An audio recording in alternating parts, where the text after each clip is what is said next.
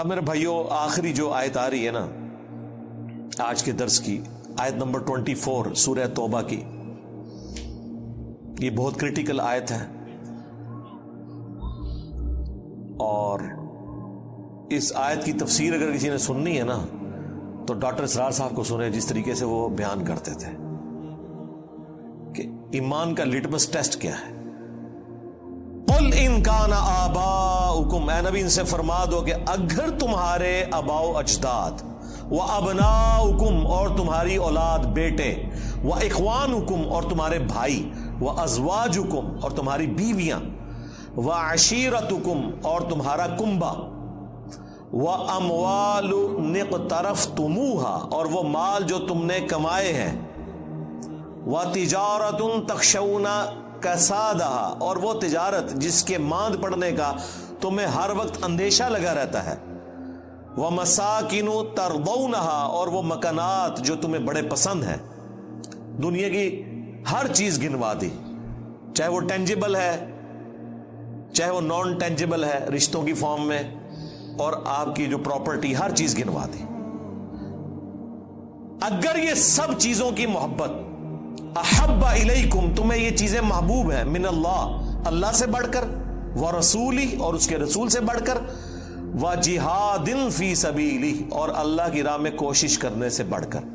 کوشش physical effort بھی ہو سکتی ہے اور قتال بھی۔ فتربصوا تو انتظار کرو، ڈاکٹر صاحب تو کہتے تھے پھر دفع ہو جاؤ، حتی یأتی اللہ بامرہ یہاں تک کہ اللہ تعالیٰ کا حکم عذاب آ پہنچے۔ واللہ لا یہدی القوم الفاسقین اللہ تعالیٰ ایسے فاسقوں کو، نافرمانوں کو ہدایت نہیں دیتا۔ اب یہ دیکھیں، تین چیزوں کی محبت جب تک ڈومیننٹ نہیں ہو جاتی ان 8 چیزوں کے اوپر، ان کان آباؤکم تمہارے آباء و اجداد، ماں باپ، دادی دادا، نانی نانا، وہ ابناؤکم اولادیں، اس میں پوتا پوتی بھی آگے، بیٹے بیٹیاں بھی آگے، وہ اخوانکم اور تمہارے بھائی، ساری رشتہ داریاں، وہ ازواجکم اور تمہاری بیویاں، وہ عشیرتکم اور تمہاری رشتہ داریاں جتنی بھی ہیں، اور تمہارے مال جو تم نے کمائے ہیں، اور تمہاری تجارت جس کے ماند پڑنے کا تمہیں ڈر لگا رہتا ہے، اور 8ویں چیز تمہارے مکانات، پراپرٹیز، سب کچھ آ گیا۔ یہ 8 چیزیں جب تک اللہ اس کے رسول اور اللہ کی راہ میں کوشش، جہاد اور قتال کرنے سے بڑھ کر تمہیں محبوب ہے تو سمجھ لو تمہارا ایمان کوئی نہیں ہے۔ اور اگر اللہ اور اس کے رسول کی محبت اور قتال اور جہاد کی محبت تمہارے دل میں ان سے زیادہ ہے تو سمجھ لو تم ایمان والے ہو۔ تو یہ پتہ کیسے چلے گا؟ پتہ اس وقت چلے گا جب دونوں چیزیں مد مقابل آئیں گی۔ ویسے تو سارے کہتے ہیں جو بھی ہیں تیرے محبوب کی امت سے ہیں۔ داڑھی کی بات کریں، کہتے ہیں جی وہ بیوی نہیں رکھنے دے رہی، کوئی کہتا ہے جی ماں کہہ رہی ہے میں دودھ نہیں بخشوں گی، تو پتہ چل گیا کہ کون آگے نکل گیا۔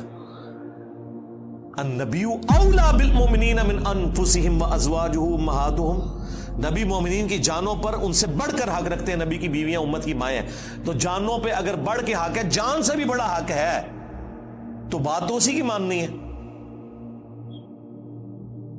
اور اللہ کی محبت وہ تو اہل ایمان کے ایمان کی بنیاد ہے۔ والذین آمنوا اشد حبا للہ، اہل ایمان کی تو نشانی ہے کہ وہ شدید ترین والہانہ وارفتگی میں، دیوانگی میں اللہ سے محبت کرتے ہیں۔ پھر محبت کا لٹمس ٹیسٹ بھی بتا دیا گیا۔ قل ان کنتم تحبون اللہ فاتبعونی یحببکم اللہ، اے نبی تم فرما دو اگر تم اللہ سے محبت کرتے ہو نا اور اس کا دعویٰ رکھتے ہو، پھر میری پیروی کرنی ہے، پھر اللہ بھی تم سے محبت کرے گا اور تمہارے گناہوں کو بھی معاف فرما دے گا۔ یعنی رسول اللہ کی پیروی اللہ کی محبت کا لٹمس ٹیسٹ ہے۔ تو اگر اللہ کی محبت کا لٹمس ٹیسٹ یہ ہے کہ آپ نے نبی علیہ السلام کی پیروی کرنی ہے، تو نبی کی محبت کا لٹمس ٹیسٹ کیا ہے؟ میلاد کے اوپر جھنڈا چڑھانا، وہ بھی یہی ہے نا۔ اس سے بڑی محبت کا لٹمس ٹیسٹ ہے رسول اللہ کی پیروی کرنا، اور پیروی ہے اطاعت نہیں، پیروی، پیروی اور اتباع اس سے اگلا ورژن ہے۔ اطاعت محبت کے ساتھ، جو سورۃ النساء میں آیا ہے کہ تم مومن ہی نہیں ہو سکتے جب تک کہ اپنے ہر معاملے میں رسول اللہ کو اپنا حاکم نہ مان لو اور دل میں بھی کوئی حرج محسوس نہ کرو اس کے خلاف. تو رسول اللہ کی اتباع محبت کے ساتھ کرنا، اطاعت محبت کے ساتھ کرنا، یہ ٹرو پیروی ہے، یہ اللہ تعالیٰ کا تقاضا ہے. تو اللہ کی محبت کا تقاضا اگر نبی علیہ السلام کی پیروی ہے اور اتباع ہے اور محبت ہے تو ظاہر ہے نبی علیہ السلام کی محبت کا تقاضا بھی تو رسول اللہ کی پیروی ہے صلی اللہ علیہ وآلہ وسلم. ویسے تو کہتے ہیں جی وہ جی بخاری مسلم میں حدیث ہے کہ 3 لوگ ہیں جنہوں نے ایمان کی حلاوت چکھ لی. نمبر 1 جو اللہ اور اس کے رسول کو سب سے بڑھ کر محبوب رکھتے ہیں. نمبر 2 جن کی دوستی اور دشمنی کا معیار اللہ کی ذات. اور نمبر 3 وہ جس کے لیے اسلام چھوڑ کر کفر اختیار کرنا اتنا ہی مشکل ہو جائے جتنا زندہ آگ میں جلایا جانا، یعنی وہ آگ میں جلنے کے لیے تیار ہو جائے، دین نہ چھوڑے. پھر بخاری مسلم میں حدیث ہے تم میں سے کوئی شخص اس وقت تک مؤمن ہی نہیں ہو سکتا جب تک کہ میں اسے اس کے ماں باپ اولاد سب لوگوں سے بڑھ کر عزیز نہ ہو جاؤں. اس میں سے کچھ نکالنا بھی تو ہے نا، کیسے پتا چلے گا؟